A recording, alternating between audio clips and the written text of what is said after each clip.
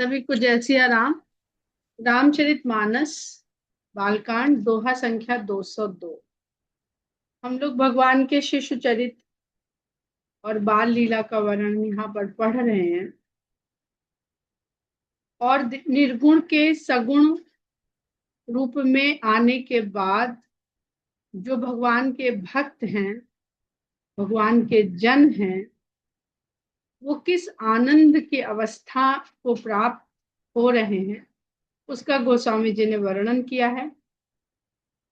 बहुत विस्तार से वर्णन इसलिए नहीं किया है क्योंकि जो सुख है, जो आनंद है, वो जो अनुभव कर रहा है, जिसको अनुभूति हो रही है, जितना वो जानता है उतना कोई दूसरा कह नहीं सकता।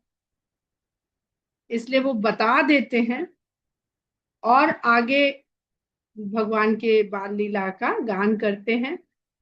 जो अब प्रसंग है या जो जितने भी प्रसंग चल रहे हैं वहां पर आप निर्गुण ब्रह्म के सगुण साकार रूप में आने के बाद भगवान किस प्रकार उस व्यवस्था की अवस्था में रच बस जाते हैं उसको समझने का प्रयास करिएगा।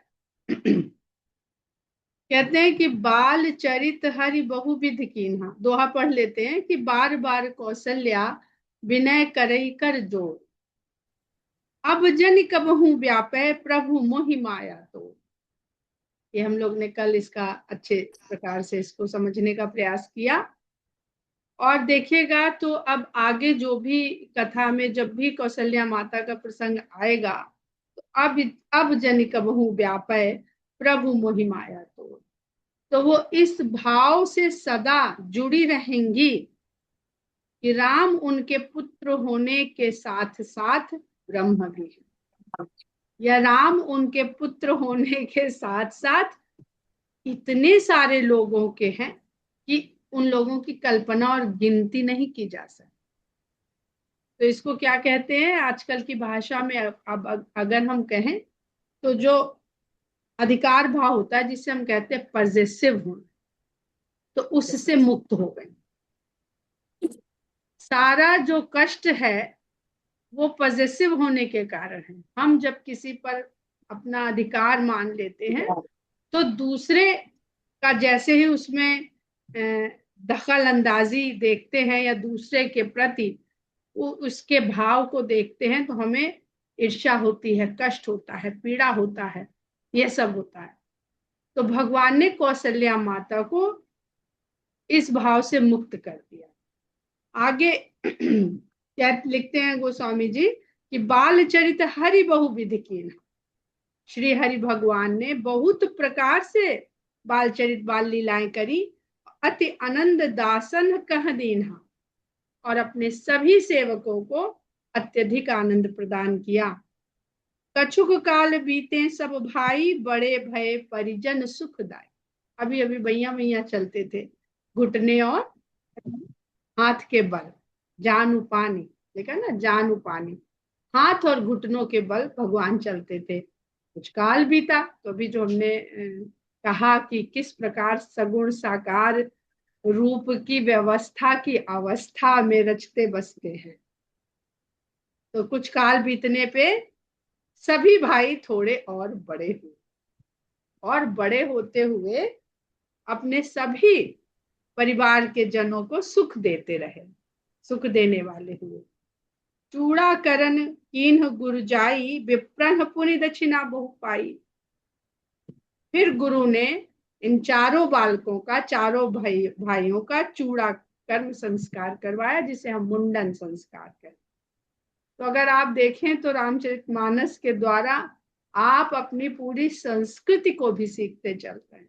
वेद को तो जान ही रहे हैं, वेद जो वो विद्या है जो ब्रह्म का ज्ञान देती है, उसके साथ साथ जो संसार में समाज होता है, परिवार होता है, व्यवस्था होती है, वहां पर जो हमारे संस्कार हैं उसको भी सिखाती चलती है मानस की ये कथा। गुरु ने जाकर के भाइयों का मुंडन संस्कार करवाया और मुंडन संस्कार के बाद ब्राह्मणों ने फिर से बहुत प्रकार की दक्षिणा पाई। परम मनोहर चरित अपारा करत फिरत चारी वो सुकुमार। चारों सुकुमार भाई बड़े ही परम मनोहर हैं, मन को हरने में परम है, उनसे बढ़ के कोई मन को हरने वाला नहीं है। और वैसे ही परम मनोहर अपार चरित करते हैं।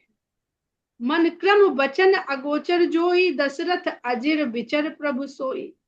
जो मन कर्म वाणी इंद्रिय से न जाने जाना वाला है, अगोचर है, जिस तक पहुंचा नहीं जा सकता। गोचर जो इंद्रियों के चल के जाने की, जहां तक इंद्रियों की सीमा है। अगोचर जहां से इंद्रियों की सीमा नहीं रह जाती।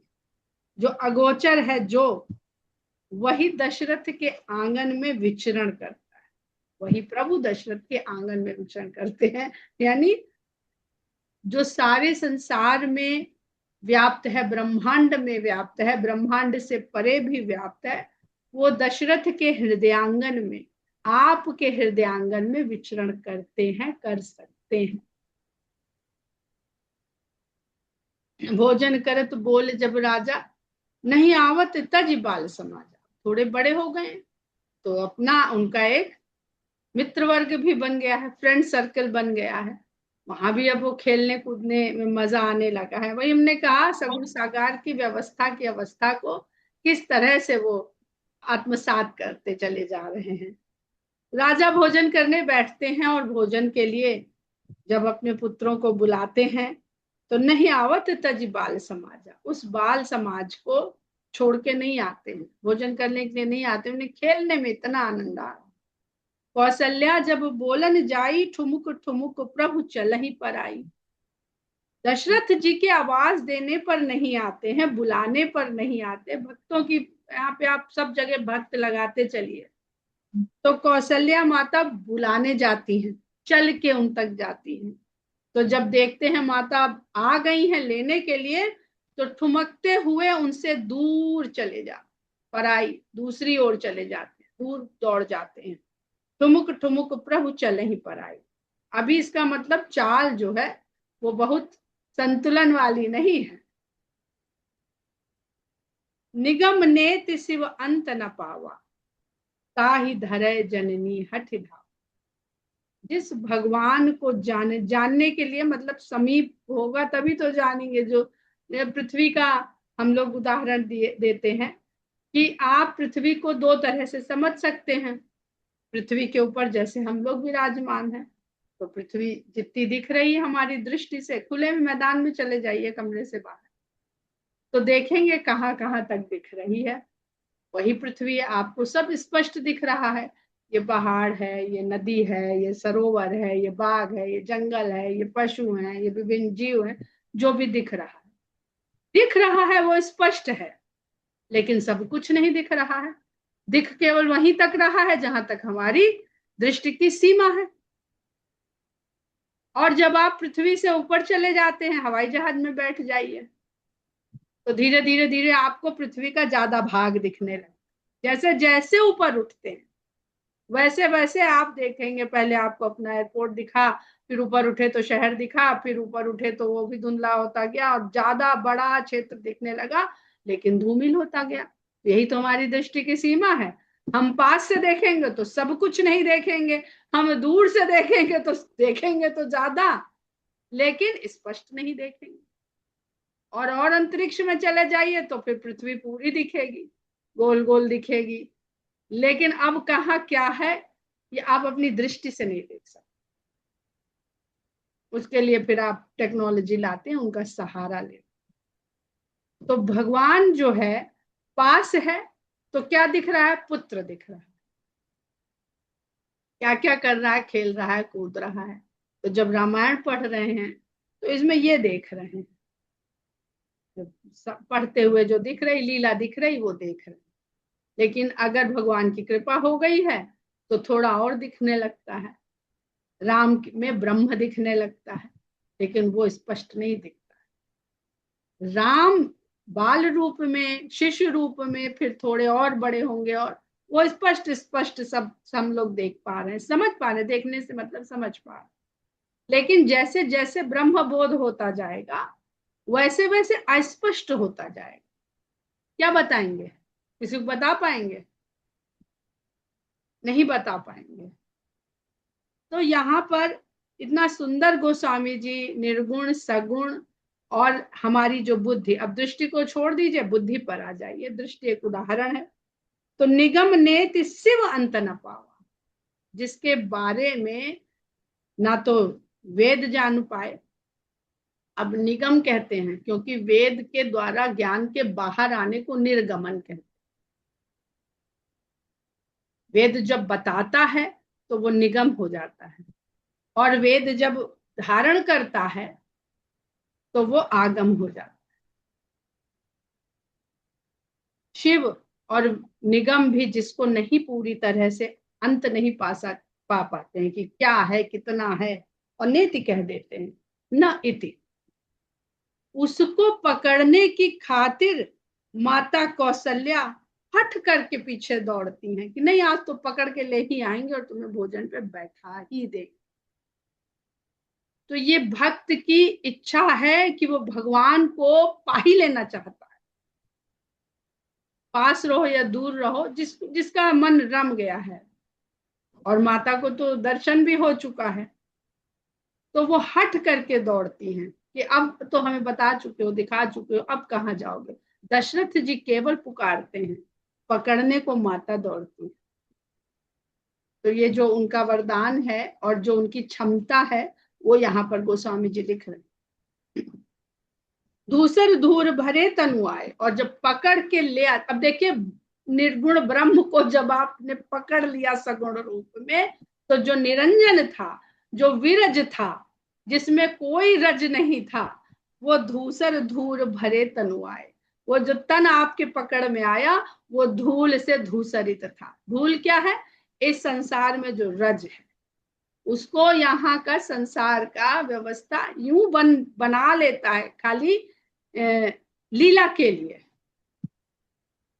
आगे चौपाइयां हैं जहाँ पे एक एक कुछ शब्द हैं जो इस बात को अलग अलग कर देते हैं। धूसर धूरी भरे तन, यानी भगवान अपने भक्त की इच्छा को पूरी करने के लिए विरज से रज को धारण कर लेता है, अपने ऊपर लगा लेता है।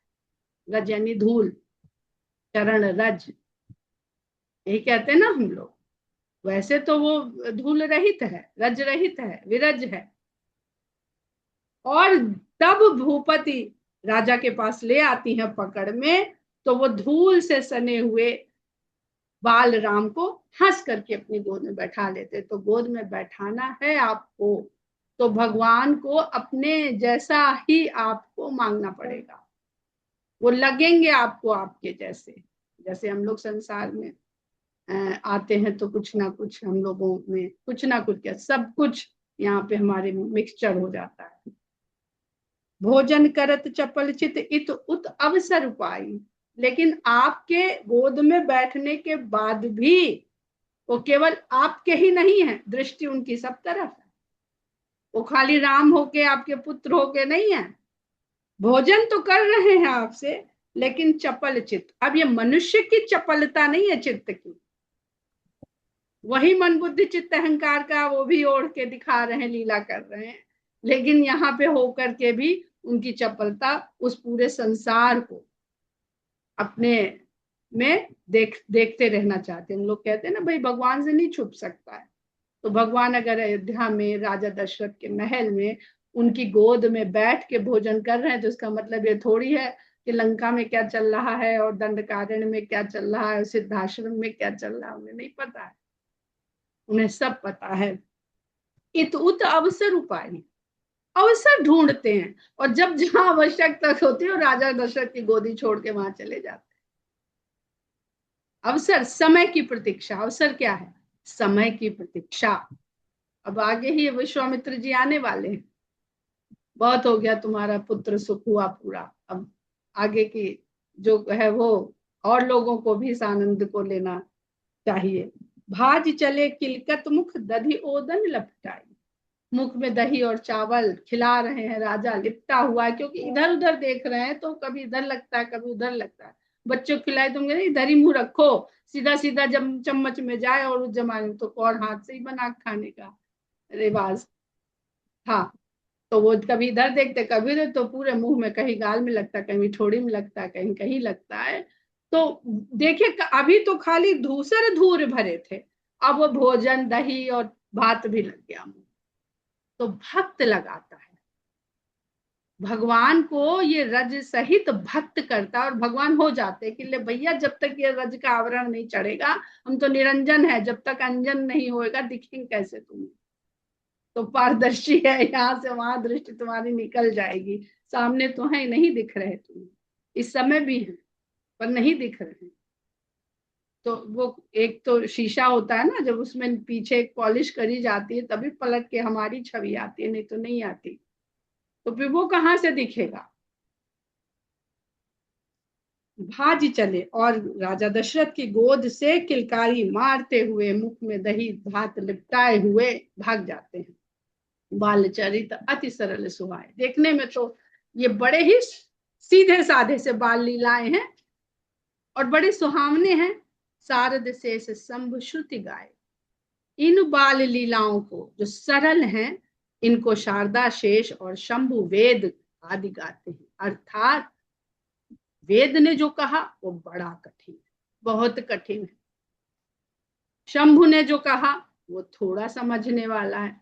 पार्वती जी कहती हमें बुझा के कहो, तो यानी भाई वो तो कह दिया, लेकिन आप हमें समझाते बुझाते रहो बीच बीच में। शेष भी, वो जो उनकी जो गाने की है वो भी सबको समझ में नहीं आने वाली है। शारदा, ये जो सब हम लोग शब्दों के वाणी के द्वारा ये सब पहुंच रहा है, ये सब शारदा की ही कृपा है।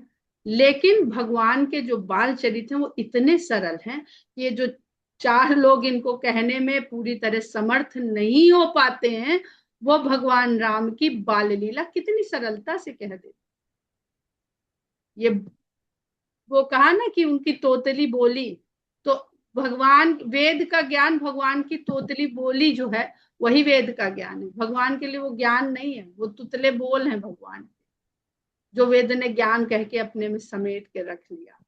जिनकर मनीन सन नहीं राता, ते जन वंचित किए विधाता। जिन लोगों का मन इन सब भगवान की ये जो लीलाएं हैं, वहां वेद का अध्ययन कर रहे हैं, बड़े बड़े उपनिषद पुराण पढ़ रहे हैं, और बड़े बड़े विद्वानों की संगत कर रहे हैं कि समझ लें बैठ लें ये वो, हाँ बड़ा ज्ञान है, लोग दिन पर दिन व्याख्याएं कर रहे हैं। यहाँ पर वो सब बातें इतनी सरलता से भगवान लीला करके दिखा। देखिए थ्योरी और प्रैक्टिकल, थ्योरी पढ़ लीजिए, जो बहुत इंटेलिजेंट स्टूडेंट होते हैं उनको समझ में आ जाती है, और प्रैक्टिकल करके दिखा दिया तो ज्यादा लोगों को समझ में आ जाती है, और प्रैक्टिकल करने लगे तो और ज्यादा लोगों को समझ में आ जाती है। लेकिन भगवान का प्रैक्टिकल तो इतना सरल है, जो हर घर में हो रहा है, उस लीला को करते हुए जो हर घर में हो रही है, वो भगवान एक वेद की मर्यादा में, जो वेद ने बताई है उस मर्यादा की सीमा में रख के बस हो रहा है। तो कितनी सरल है। तो जिनका जिनका मन इनके साथ नहीं रमता है, नहीं लगता है, अच्छा नहीं लगता जिनको, वे वे लोग तो समझे विधाता ने इन सभी ज्ञान सुख आनंद से वंचित कर दिए। भय कुमार जब ही सब भ्राता, दीन जने गुरु की तुम्हारा। अब शिशु से बाल हुए, बाल से कुमार हो गए। जब चारों भाई कुमार अवस्था को प्राप्त हुए, तो गुरु माता पिता ने मिलकर उनका यज्ञोपवीत करवाया, और यज्ञोपवीत के बाद गुरु गृह गए पढ़न, रघुराई अल्पकाल विद्या सबाई। यज्ञोपवीत करवा के चारों भाई रघुराम के साथ गुरुकुल में पढ़ने को चले गए, और थोड़े ही समय में सारी विद्या उनको आ गई। जाकी सहज श्वास श्रुति चारी, सो हरि पढ़िया कौतुक।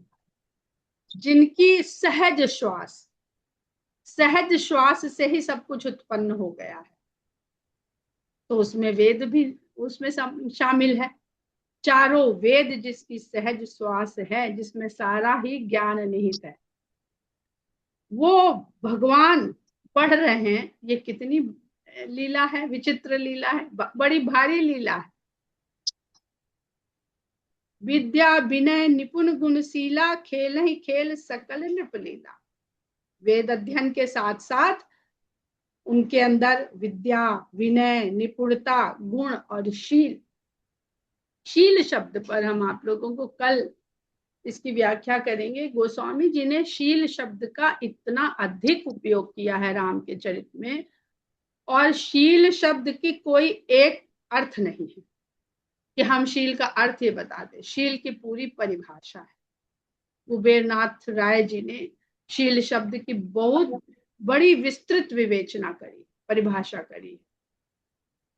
कल हम लोग इस शब्द को समझने का प्रयास करेंगे।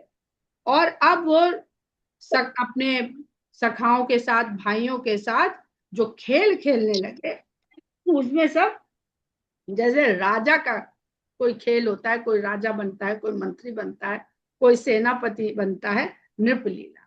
क्योंकि राजा के घर आए हैं तो नृपलीला करेंगे, राजलीला करेंगे। भगवान जब कृष्ण रूप में आए हैं तो वो ग्वाले के घर में आए हैं, यहाँ आए हैं तो राजा के घर में आए, तो नृपलीला के खेल खेलते हैं। करतल जो आपने जो बाना पहना है उस बाने के अनुसार ही लीला करिए। भगवान बन के वो नहीं लीला कर रहे हैं, सब जगह के स्वामी बन के लीला नहीं कर रहे हैं। करतल बाण धनुष अति सोहा, देखत रूप चराचर। हाथ में उनके धनुष और बाण शोभायमान होता है। अब ये जो धनुष बाण धारण कर लिया उन्होंने गुरुकुल में, इस रूप को देख के चर अचर सारा जगत मोहित हो जाता।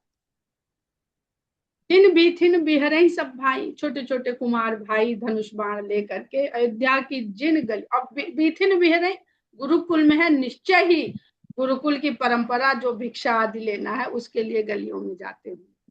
गोस्वामी जी ने नहीं लिखा है, लेकिन और न तो अयोध्या का यहाँ पे नाम लिया है। जिन भी थे, जिन भी गलियों में सब भाई विहार करते हुए निकलते हैं, थकित हो ही सब लोग लुगाई, स्त्री पुरुष सब देख के बस स्थिर रह जाते हैं, देखते रह जाते हैं। कौशलपुर वासी नर नारी वृद्ध रुबाल, प्राणों ते प्रिय लागत सब कहूँ राम। अयोध्या नगरी पे जितने भी वासी हैं, जितने भी निवासी हैं, चाहे स्त्री हो, पुरुष हो, वृद्ध हो, बालक हो, उन सब को कृपालु राम अपने प्राणों से भी अधिक प्रिय लगते हैं। बंधु सखा संग ले ही बुलाई, बन मृग्या नित खेल ही जाए। छोटे राम, कुमार राम अपने बंधुओं को, भाइयों को लेते हैं, अपने साथियों को लेते हैं और वन में नित्य ही मृग्या का अभ्यास करने के लिए चले जाते हैं, मृग्या का खेल खेलने चले जाते हैं। पावन मृग मार ही जिए जाए।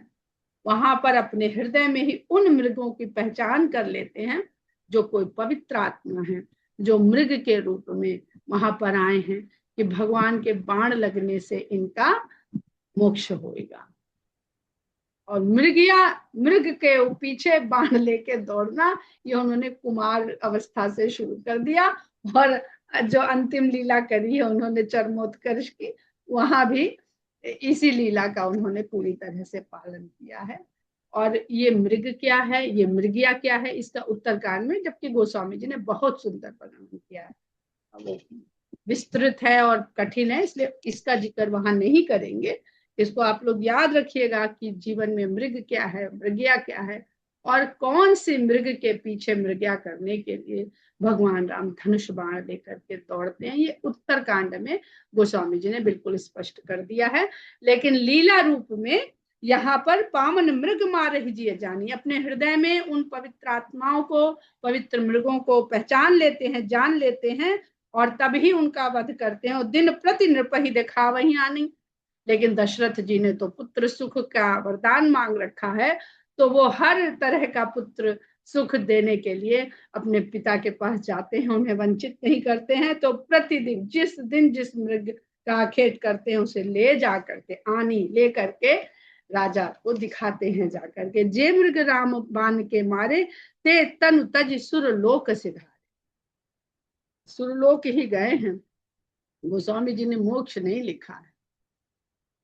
अब इस पे चर्चा चिंतन आप लोग करिएगा।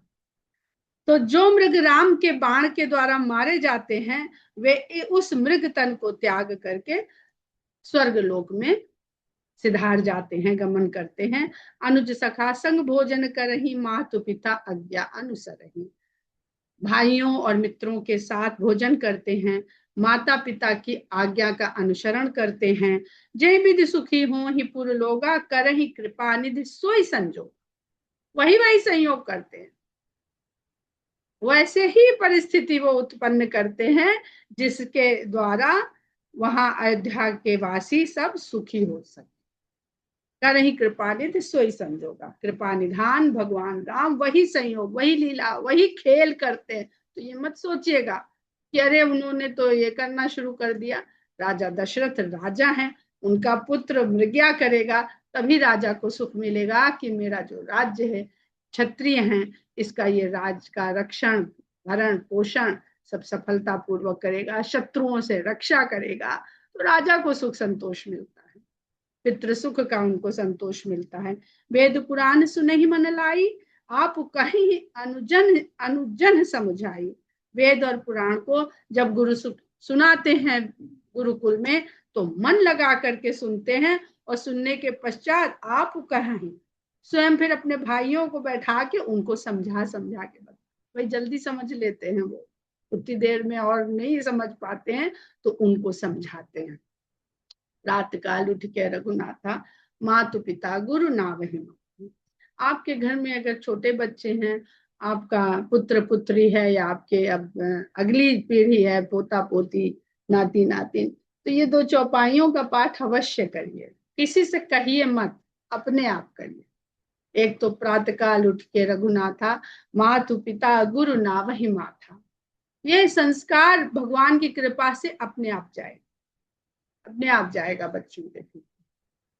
और दूसरा, गुरु गृह गए पढ़न रघुराई, अल्पकाल विद्या सवाई। बच्चे स्कूल जाएं तो पीछे से ये बोल दीजिए, जब मन करे गेट तक छोड़ने गए, या आप दरवाजे तक गए, या गाड़ी से वहां बहुत गाना सुनते हैं, गाड़ी में गाना बजता रहता, गाड़ी में बैठने से पहले या उतारने से पहले गाना बंद कर दीजिए, ये बोल दीजिए, स्फुटित करके बोलिए तो और अच्छा है, क्योंकि वो बच्चा सुनेगा, 2-4 साल में उसको याद हो जाए, आप कहना ही नहीं पड़ेगा ये बोलो ये पढ़ो।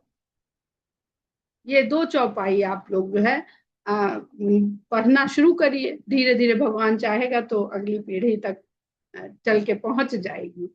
व्यापक अकल अनीहज, निर्गुण नाम न रूप, भगत हेतु नाना विधि करत चरित्र अनुप। अब वही जो सारी लीला करी ना भगवान ने, धूल क्या लिखा, धूसर धूल भरे तनु आए, और दधियोदन लपटाई। यहाँ गोस्वामी जी लिख देते हैं, व्यापक अकल अनीह अज, जो व्यापक है अकल, अकल यानी जिसमें अवयव कोई नहीं है, पदार्थ कोई नहीं है, मैटर, मैटर बनता है बहुत, कोई ना कोई उसके डिफरेंट मटेरियल होते हैं, तत्व होते हैं, तो जो तत्व से रहित है, खंड से रहित है, पदार्थ से रहित है, दिखने में वो सब कुछ लग रहा है, सब कुछ कर रहा, तो जो उसने ये धूल धूसरित हो गया है वो वास्तव में हुआ नहीं, वो खाली हमें दिखाने के लिए अभिनय कर रहा है, क्योंकि वो तो अकल है, अकल कलाओं से भी रहित है, कलाओं से भी परे है, किसी वस्तु से बना नहीं है, किसी तत्व से बना नहीं, उससे सब तत्व बने हैं, वो किसी तत्व से बना नहीं है, अनीह है, उसकी अपनी कोई इच्छा नहीं, वो ये सब क्यों कर रहा है, मृग्या कर रहा है, दौड़ रहा है, खेल रहा है, गिर रहा है, वो केवल, जगह जगह गोस्वामी जी लिख रहे हैं भाई, वो इन लोगों को सुख देने के लिए कर, अपनी इच्छा के लिए नहीं कर रहा है। अजन्मा है, निर्गुण है, गुण रहित है, कोई नाम नहीं है और कोई रूप नहीं। जैसे ही हम लोग ब्रह्म कह देते हैं, जैसे ही हम लोग एक कह देते हैं, क्योंकि हम समझ ही नहीं सकते उसके बिना, हम बार बार कहते हैं, हम जब तक उसको कोई भी नाम, संसार में कोई भी जो भी नाम दे रहा है, नाम लेते ही हम उस निर्गुण को सगुण कर देते हैं, उस अनाम को नाम दे देते हैं, तो ये झगड़ा ही बेकार है निर्गुण और सगुण का। निर्गुण को हम पुकार ही नहीं सकते। आप भीड़ में अपने बच्चे को पुकारिए कि ये तो मेरा बच्चा है, बेटा है, इसको नाम से क्या पुकारूं, पुकार के देख लीजिए किसी दिन, आवाज पहचान लेगा वो अलग बात। भगत हेतु नाना विधि करत चरित्र अनु, केवल भक्तों के कारण वो ये अनुपम चरित्र कर रहे हैं। यह सब चरित्र कहा मैं गाई, आगिल कथा सुनहु मन लाई। यहाँ से प्रसंग बदल रहा है। विश्वामित्र महामुनि ज्ञानी, बसहि विपिन शुभ आश्रम जानी। तो भगवान की कुमार लीला भी खत्म हुई, अब किशोर हुए हैं, और किशोर होने के बाद की जो लीला है, अब घर से बाहर निकलो थोड़ा। तो हम हमेशा कहते हैं कि जो गुरुकुल की पढ़ाई है वो इंस्टीट्यूशन की, कॉलेज की पढ़ाई है, जो आप प्राइमरी स्कूल से आरंभ करते हैं और फिर प्रोफेशनल कॉलेज तक जाते हैं। लेकिन जॉब के लिए उतरने में, जब आपको कर्म क्षेत्र, कार्य क्षेत्र में उतरना होता है, उसके बीच में एक इंटर्नशिप करनी पड़ती है। और आपने क्या सीखा, उसको कैसे अप्लाई करते हैं, क्या डिसीजन टेकिंग कैपेसिटी डेवलप करी है आपने, क्या स्किल डेवलप करे हैं, क्या उनको अप्लाई करना सीखा है, वो हमको सब जब हम इंटर्नशिप करते हैं। तो ये विश्वामित्र जी का जो प्रसंग है, ये गुरुकुल से और वनवास के बीच का इंटर्नशिप है भगवान की। वो भगवान को भी इंटर्नशिप करनी पड़ी, तब मुख्य लीला में कार्य क्षेत्र में आगे बढ़े। तो ये मनुज लीला है जो भगवान करके दिखा रहे हैं। हम से विश्वामित्र प्रसंग में आगे बढ़ेंगे। जय श्री राम। जय श्री राम। जय सिया राम। जय श्री